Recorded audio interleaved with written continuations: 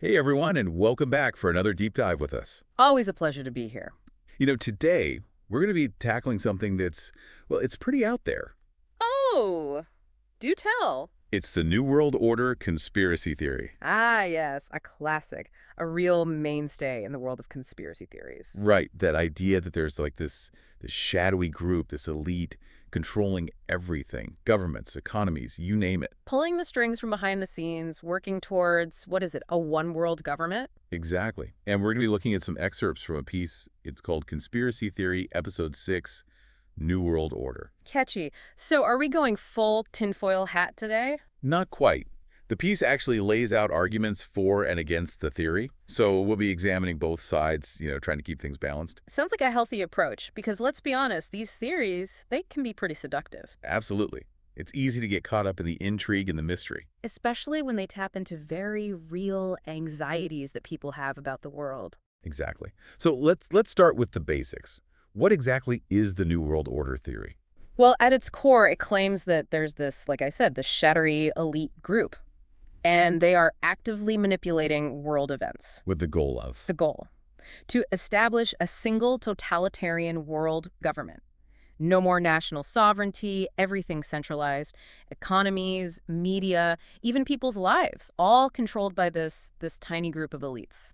Okay, so we're talking like Illuminati, Freemasons, powerful bankers, all meeting in, I don't know, some secret underground bunker, making decisions that impact all of us. That's the image, isn't it? It plays into this fear of hidden forces controlling our destinies. Okay, so that's the basic premise. But what makes people believe this? What kind of evidence do supporters point to? Well, one of the things they often cite is the existence of these powerful global organizations. Like, think about the United Nations, the World Bank, the IMF. Right. Those institutions that seem to have a hand in so many global issues.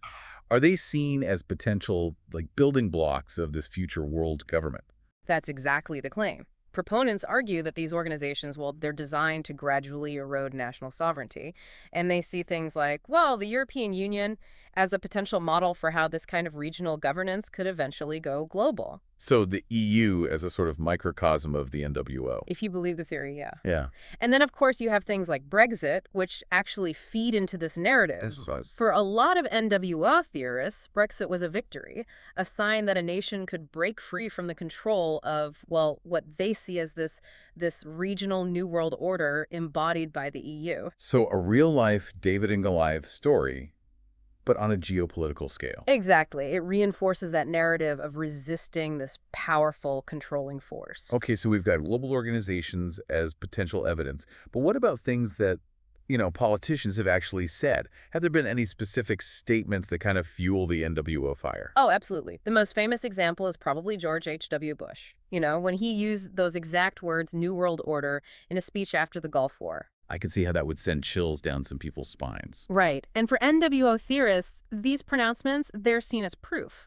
Like they're coded messages revealing the plan. So every time a politician utters those three little words, the conspiracy alarm bells start ringing. Pretty much. They tend to disregard the context and just focus on those words. Okay, but it's not just global organizations and politicians' words. We can't talk about the NWO without mentioning, well, secret societies. Ah, yes. The Illuminati, the Freemasons, they're practically staples of the NWO narrative. So what role do they supposedly play in all of this? The theory goes that these groups, they operate in the shadows, influencing world events through their powerful members. Who hold key positions in government, finance, media. Exactly. They're pulling the strings from behind the scenes. And are there any, I don't know, any real-world examples of this secret society influence that NWO theorists point to? Oh, there are a few. One that often comes up is the Bilderberg Group. Remind me, who are they again? It's this annual meeting, very exclusive, invitation only. You've got politicians, business leaders, academics, media figures, all these high-profile individuals from around the world. And it's all very hush-hush, very secretive. No cameras, no press releases, that sort of thing. Exactly. And it's that secrecy that really gets the conspiracy theorists going. They believe this is where the real decisions are made, where the global elite gather to plot their world domination strategy. It does sound a bit like something out of a spy movie. A bit, yeah. But we're not done with the evidence just yet. There's one more aspect well, it might be a bit unsettling for some. Oh, I'm intrigued. It's surveillance and control. That feeling you sometimes get, like you're being watched, NWO theorists say it's not paranoia, it's reality. Okay, now things are getting a little too real. They argue that the rise of all this surveillance technology, internet monitoring, facial recognition, data collection by governments and corporations, it's all part of the plan. The plan to, what, keep tabs on everyone, control the population? Exactly. And they also point to the push for a cashless society, with digital currencies and everything being online. Right, because then they can track every transaction and potentially even cut people off from their own money. Precisely. It feeds into this vision of a future where individual freedoms are severely restricted. We're all completely dependent on, well, the system. So we've got global organizations, politicians making cryptic statements, secret societies meeting in the shadows, and constant surveillance. Is there anything else? Oh, there's one more, and this one's it's a bit dark. The theory claims that global crises, things like wars, pandemics, economic meltdowns, they're not just random events. You're saying they're, what, orchestrated? That's the claim. The idea is that these crises create fear, chaos, and that makes people more willing to accept authoritarian rule, which of course brings the NWO closer to their goal of total world domination. Wow. So we're supposed to believe that there are people out there, powerful people, deliberately causing these global catastrophes just to manipulate us. That's what the theory suggests. But as we'll see when we look at the arguments against the NWO, there are other ways to explain these events, ways that don't involve some grand conspiracy. Okay, well, I am definitely ready to hear those other explanations. Because right now, this is all sounding pretty intense. I hear you. But let's take a break, and when we come back, we'll dive into the counterarguments to the New World Order theory. We'll look at the evidence, or lack thereof, and hopefully provide a bit more perspective on this whole thing. Okay, so we've heard the case for the New World Order, at least some of the key arguments. But like any good mystery, there's always another side to the story. So let's shift gears a bit and explore the counterarguments, the reasons why some people are, well, a bit skeptical of this whole NWO thing. Sounds good to me. It's all about balance, right? Hearing both sides of the story. Exactly. So what are some of the main arguments against the NWO? What makes people doubt this theory? Well, one of the biggest counterarguments is pretty straightforward. It's the lack of hard evidence, like, actual proof that this coordinated group of global elites is actually working towards a one-world government.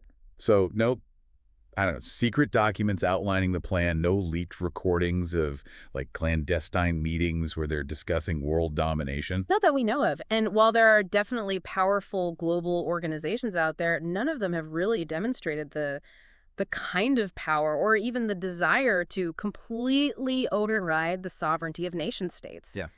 To actually establish a global dictatorship. Right. It seems like a lot of the evidence presented by NWO proponents is based more on, I don't know, interpretation rather than like concrete facts. They're seeing patterns and connections that, well, might not actually be there. Yeah, it's easy to connect the dots in a way that fits a pre-existing narrative, especially when you're dealing with complex global events.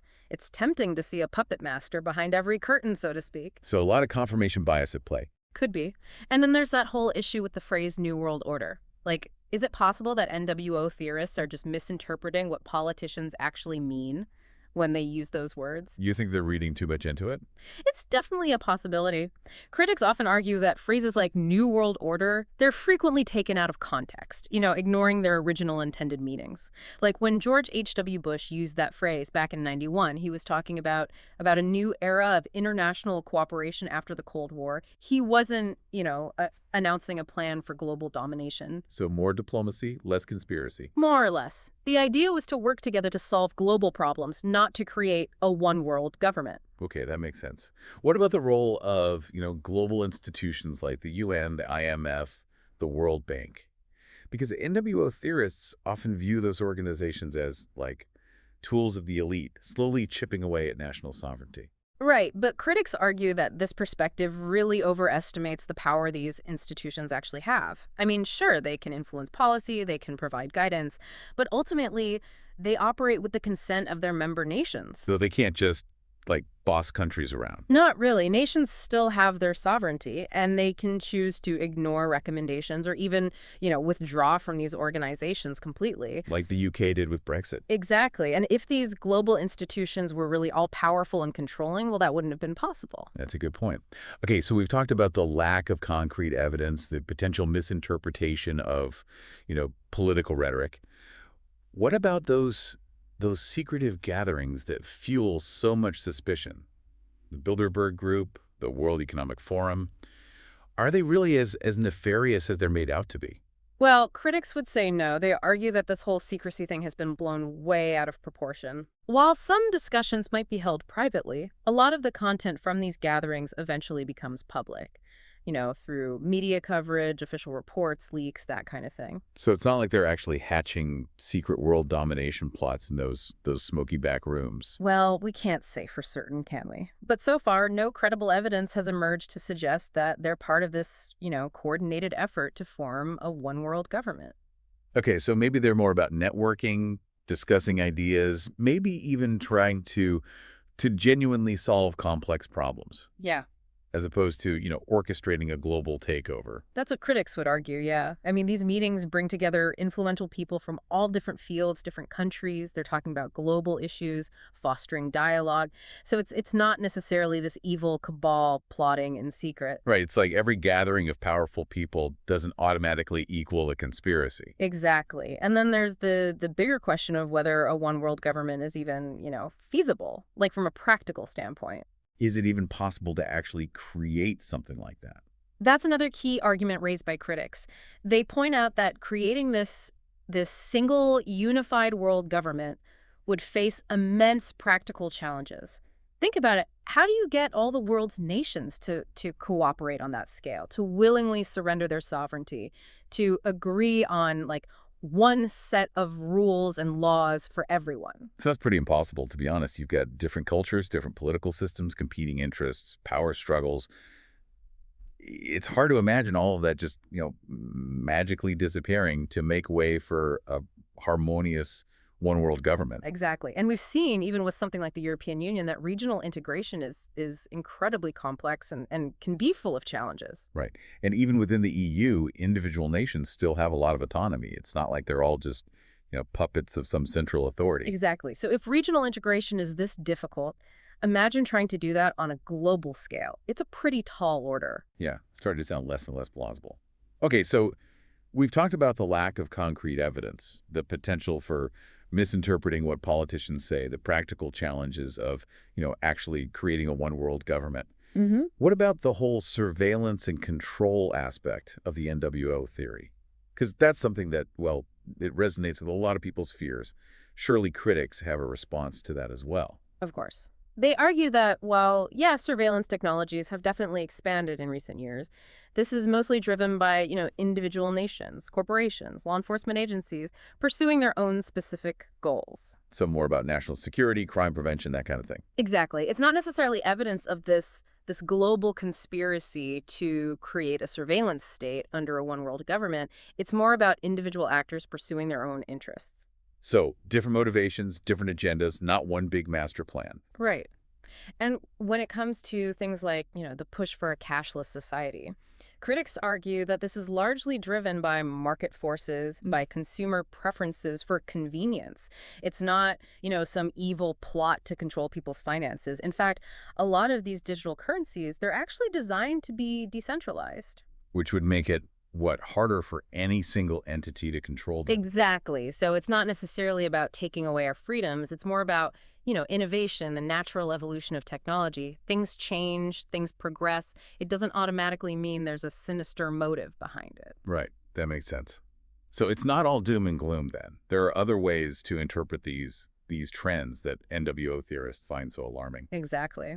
And one final point that critics often bring up is that blaming everything on this big shadowy conspiracy, it kind of oversimplifies complex global issues. It's tempting to believe that there's this single all-powerful group pulling the strings, but the reality is the world is, well, it's messy. There are so many different actors, interests, motivations at play. Right. It's not always about some evil mastermind. Sometimes things just happen, bad decisions, unintended consequences, even just plain incompetence can explain a lot of what goes on in the world. Exactly.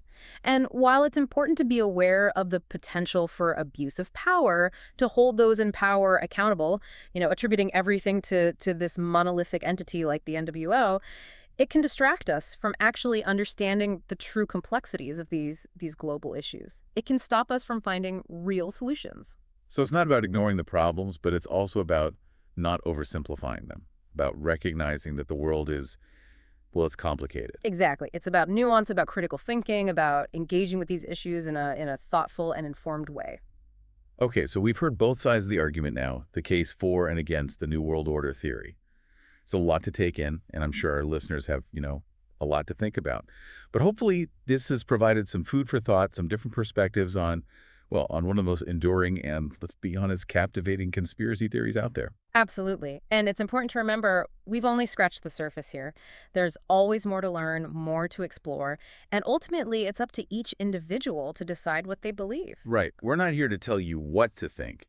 We're just trying to present the information, the different arguments, and let you make up your own mind. Exactly. And hopefully to encourage some critical thinking along the way. So we've spent like 2 whole episodes now just talking about the New World Order. It's a lot, right? It's easy to get kind of, I don't know, sucked into the mystery of it all, the fear even. Oh, yeah, definitely. It plays on those deep-seated anxieties we all have about, who's really in control, what's going to happen in the future. Do we even have any say in it all? Right. Like, are we just pawns in some grand game?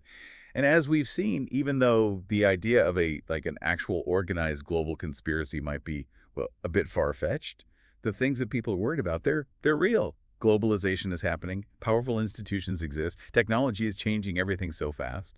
Exactly. Those are facts. So then the question becomes, okay, what do we do with that? How do we deal with those anxieties without just, falling down the rabbit hole of conspiracy theories? Right, because you don't want to be naive, just ignore potential problems, but you also don't want to be like constantly suspicious of everything and everyone. It's a balance for sure. And I think that's where critical thinking becomes so important. This whole NWO thing, in a way, it can actually be a good exercise in honing those critical thinking skills. How so? Well, we've looked at claims, we've, tried to evaluate evidence, we've considered different perspectives, and those are all skills that apply to any information you come across, not just, when you're talking about conspiracy theories. So it's less about deciding if the NWO is like definitively true or false. It's more about using this as a way to become better at processing information in general.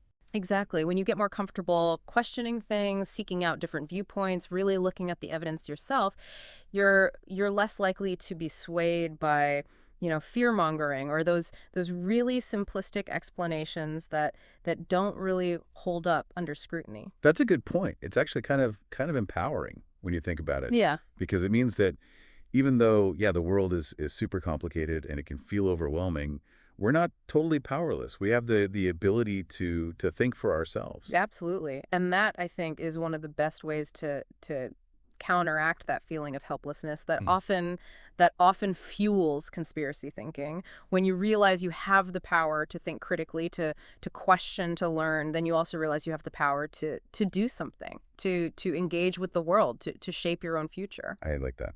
So as we wrap up this deep dive into the New World Order, what's the one key takeaway you'd want our listeners to remember? I'd say this: the world is complex. There are definitely forces out there that impact our lives in big ways. But instead of just, giving in to fear or getting lost in conspiracy theories, let's use this awareness, this knowledge that things are complicated. Let's use it to fuel our curiosity, to think critically, and to be determined to create a future that we can all be proud of. Well said. And to our listeners, thanks for sticking with us through this deep dive. It's been a journey for sure. It has. We've covered a lot of ground. But remember, keep those minds open. Keep asking questions. And never forget that you have the power to make a difference in the world. Couldn't have said it better myself. Thanks for joining us, everyone. And until next time, stay curious.